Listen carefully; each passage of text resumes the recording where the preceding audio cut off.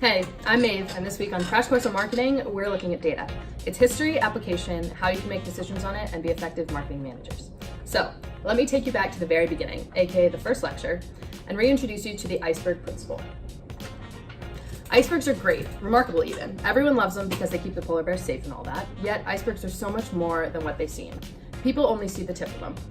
PR, advertising, promotion, examples of the operation of marketing, are what you can see above the water.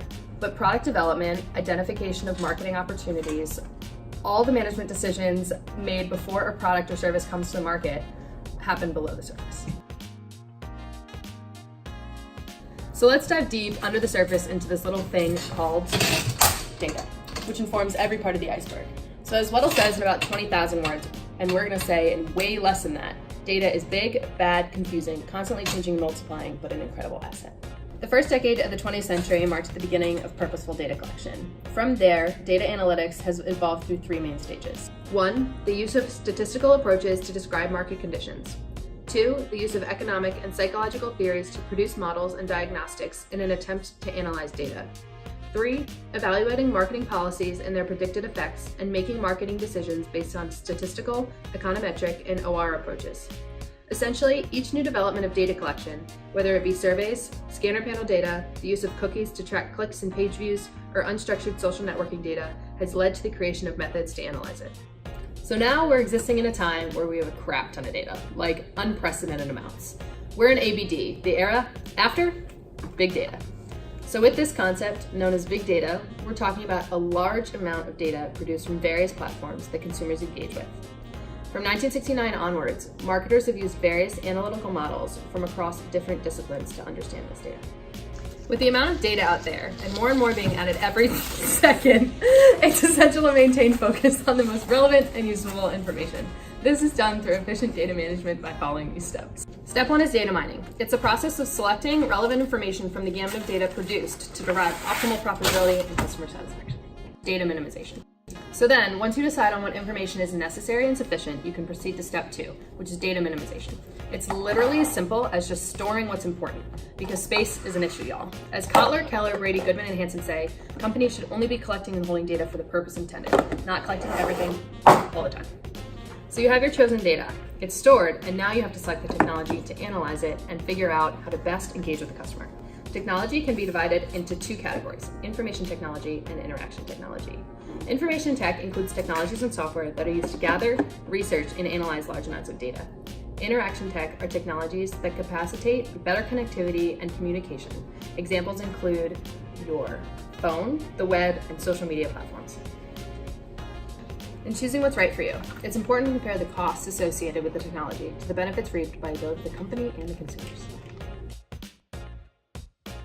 With the advent of Web 2.0 and social media, we've seen a drastic shift in the communication process between the brand and consumers. It's important for marketers to engage with these dynamic customers and platforms. It's also important to acknowledge your super users, as they have a strong peer influence and can sometimes make up more than 50% of your profit. Though in some cases, as in the case of the Starbucks logo disagreement, they may not be your target market. So we're going to take a brief intermission.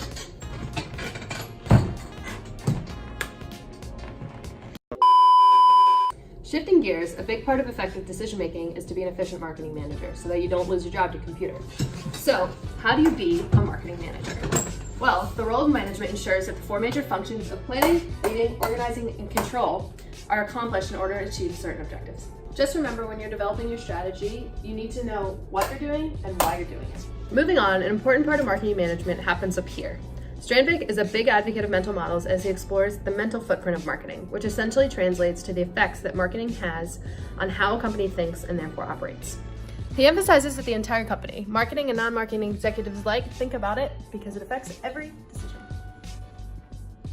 Marketing should be seen as ubiquitous. Strandvik would advise that these mental models be changed at the top first, because then you can go on to breaking down the silos.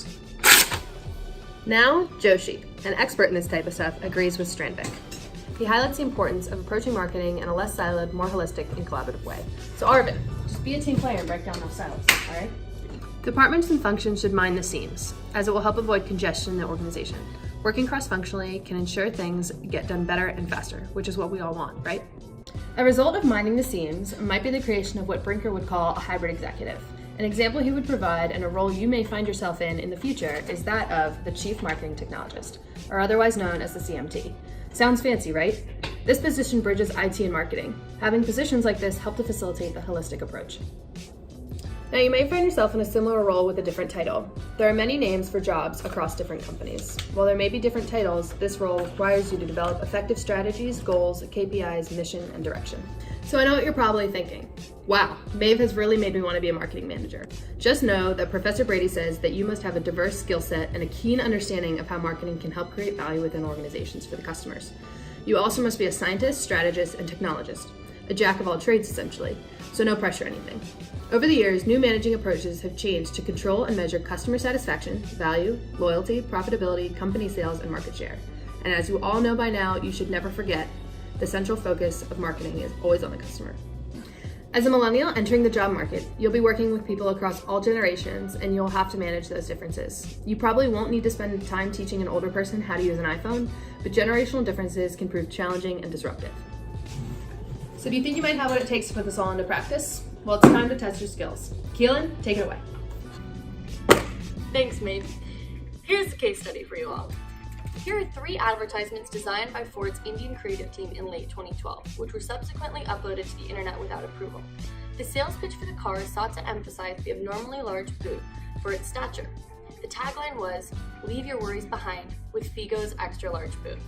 In the first car, we see Silvio Berlusconi, the former Italian prime minister known for his sexual escapades, seen flashing the peace sign while 3 young women are tied up and dressed provocatively in the boot of his Figo.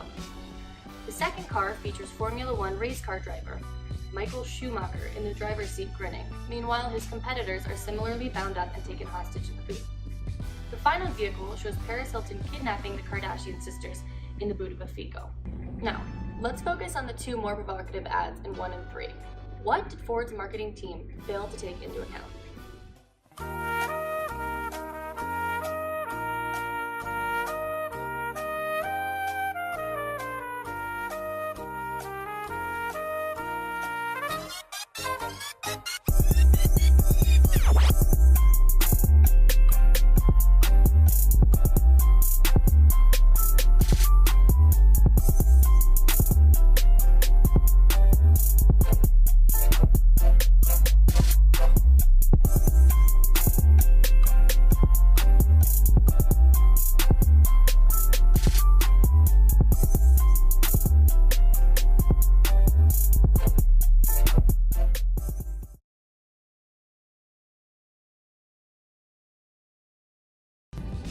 Okay, here's another question for you. Did this scandal affect the production of Ford Figo sales?